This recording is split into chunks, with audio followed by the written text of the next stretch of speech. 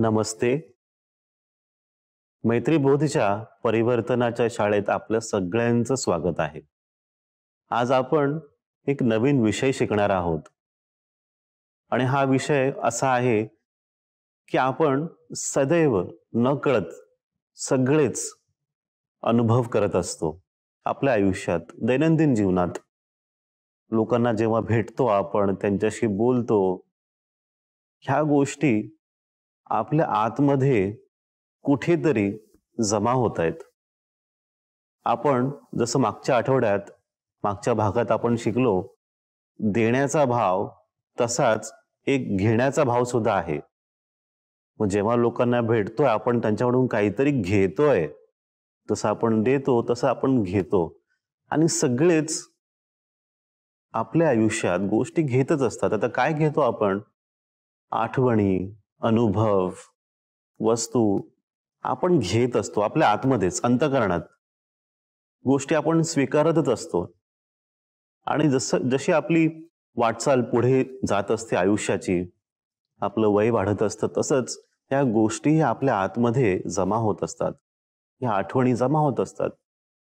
चांगल्या, वाईट, कोणी चांगलं सांगितलं, कोणी वाईट सांगितलं, कोणी आपल्याला त्रास दिला, कोण आपला चांगला मित्र, कोण आपला वाईट मित्र. तर आपल्याला इथे कसं पाहायचं आहे आज, की आपण जे घेत आहोत त्याचं होतं काय पुढे? आपण गोष्टी स्वीकारतोय, सदैव सारखंच आपण गोष्टी स्वीकारतोय, पण त्याचं पुढे होतं काय?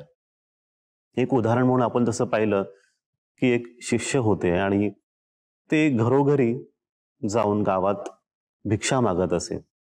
आता भिक्षा मागत असताना लोक त्यांना भोजन देतात, की गुरुजी तुम्ही आलात म्हणून आमच्यातर्फे आज हे तुम्हाला आम्ही भोजन देतोय. तर हे भोजन देत असतानाच त्याच वेळेस लोक त्यांना काही वस्तू सुद्धा देत होते, भेट म्हणून, की तुम्ही हे घ्या आमच्याकडून, आमच्याकडून ते घ्या. आणि ते शिष्य स्वीकारही करत होते त्यावेळेस.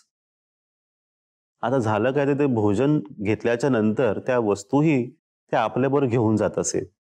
आता वस्तू इतक्या जमा झाल्या त्यांच्याकडे, तर जेव्हा त्यांना जायचं होतं, नदी पार करून किंवा जंगलातून प्रवास करायचा आहे, हे करत असताना त्याचं ओझं वाढत होतं, वस्तूंचं ओझं. मग त्यांना चालणं अवघड झालं, त्यांना लांब जाता येत नव्हतं नंतर. तर एक अशी वेळ आली, त्या गोष्टींचा त्यांना त्याग करावा लागला, की आता मला नाही घेऊन जाता येत, हे ओझं वाढतच चाललंय आणि माझा एक संकल्प आहे. ते शिष्य जे आहे त्यांचा हा विचार, की माझा एक संकल्प आहे आणि हे पूर्ण करत असताना हे जे ओझं आहे ते मला घेऊन जाता येत नाहीये. तसंच ओझं तुमच्या आतमध्ये सुद्धा आहे. दिवाळीमध्ये आपल्याला कित्येक गोष्टी लोक येऊन भेट देतात, आपण घेतो आणि घेऊन घेऊन होणार काय, नंतर तर जमा होत राहणार आहे. त्याचंही एक ओझं आपण जमा करतोच आहोत. लोक देतात, आपण घेतो, स्वीकार करतो आणि त्याचं ओझं आतमध्येच वाढतंय, हे आपल्याला कळत नाही.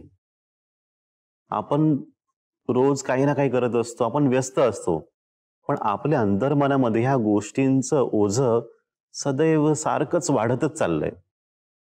चिंतेचं ओझं, म्हणजे विचारांचंच एक ओझं आहे जे आपण घेऊन चाललोय, की खूप त्रास होतोय. आता आतमधून काहीतरी विचित्र अनुभव होत आहेत, श्वास घेण्यासाठी त्रास होतोय, असं दडपण आल्यासारखं वाटतंय, की खूप एक हेवीनेस फील होतंय शरीरामध्ये. तर हे का? कारण की आपण विचार घेऊन बसलोय, चिंता घेऊन बसलोय, वाईट आठवणी घेऊन बसलोय. कुठेतरी आपल्याला आता हलकं व्हायचंय आणि ती वेळ आता आलेली आहे. परिवर्तनाच्या ह्या यात्रेत आपण इतके पुढे गेलेलो आहोत आता, की आपल्याला आता हलकं व्हायचंय आतमधूनच. जे ओझं आपण घेऊन चाललो आहोत इतके दिवस, ते सोडायचं आपल्याला, मुक्त व्हायचे त्याच्यापासून. तर ते कसं होता येईल? जे आतमध्ये आहे ते व्यक्त करून, की मला असं वाटतंय, की काही वर्षांपूर्वी त्रास झाला, कोणाबद्दल तरी मला राग आहे, द्वेष आहे, कोणी दुखावलेलं आहे, मला त्या व्यक्तीला क्षमा करता येत नाहीये. ह्या ज्या गोष्टी आहेत ना, ह्याच्यामुळे तुमची स्वतःचीच वाटचाल अवघड होऊन जाते.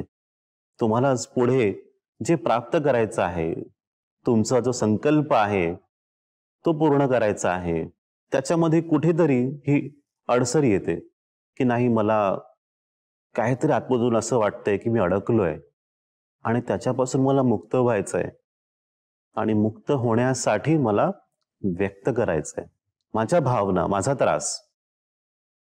आता कुणाला व्यक्त करायचं आहे? ज्यांना तुम्ही ओळखता, ज्यांच्यावरती तुमचा विश्वास आहे. आपले जवळचे कोणीही असतील किंवा तुमचे आराध्य असतील, तुमचे गुरु असतील, ईश्वर असतील, कोणत्याही रूपात जे आतमध्ये चाललंय ना, ते सांगून देणे. मोकळं व्हा. जास्त विचार करू नका की मला त्रास होतोय. कोणाबद्दल वाईट बोलायचं नाहीये. आपला त्रास सांगायचा आहे की मला असं वाटतंय की काहीतरी मी अनुभव करतोय जे चांगलं नाहीये. मला अमुक अमुक व्यक्तीमुळे त्रास होतोय. सांगून द्या, व्यक्त करा, मोकळं व्हा. अजून किती दिवस आपण स्वतःला थांबवून ठेवणार आहोत? तर ती वेळ आता आलेली आहे. आणि ह्याच्यावरतीच आधारित आजचं सूत्र आहे. आजचं सूत्र आपल्याला काय सांगतंय? व्यथा हो व्यक्त, व्यथा हो व्यक्त, मन होई मुक्त, मन होई मुक्त. जी व्यथा आहे ती व्यक्त करा आणि तुमच्या मनाला मुक्त होऊ द्या. खूप काळ गेला, खूप वेळ गेली. आता जे पण आहे सांगून टाका आणि मोकळं व्हा. किंवा एकटंच बसा, एकटंच बसून आतमधूनच तुम्ही बाहेर व्यक्त करा. कोणालाही, तुमचे ईश्वर असू दे, गुरु असू दे, कल्पना करा समोर तुमचे गुरु बसले, त्यांना तुम्ही सांगा की असा त्रास आहे, आतमध्ये काहीतरी ओझं आहे, ते ओझं काढून घ्या, मला हलकं करा, मला मुक्त करा. हा भाव ठेवून पुढचे 7 दिवस आपल्या सगळ्यांना काम करायचं आहे की मला आता काहीच ठेवायचं नाही आतमध्ये, रिक्त व्हायचंय. व्यक्त करून स्वतःलाच रिक्त करायचंय. हा भाव ठेवा आणि मोकळं व्हा. असंही नाही की आपण सांगत असताना काही अपेक्षा ठेवायच्या आहेत कोणाकडून तरी. मला इतका त्रास होतोय, मी सांगणार आणि कोणीतरी माझ्यावरती दया करेल आणि मग त्यांच्याशी माझी चांगली एक रिलेशनशिप होईल, एक फ्रेंडशिप होईल. अशी काही अपेक्षा न ठेवता फक्त स्वतःला मोकळं करायचंय. हा एक अभ्यास आपल्या सगळ्यांसाठी खूपच सोपा अभ्यास आहे, पण फारच प्रभावशाली आहे. काही प्रश्न असतील याच्यावरती तर तुम्ही नक्कीच विचारा. आपण पुन्हा एकदा एक नवीन विचार घेऊन पुढच्या आठवड्यात भेटू. आपल्या सगळ्यांचं कल्याण हो, आपल्या सगळ्यांचं मंगल हो. नमस्ते.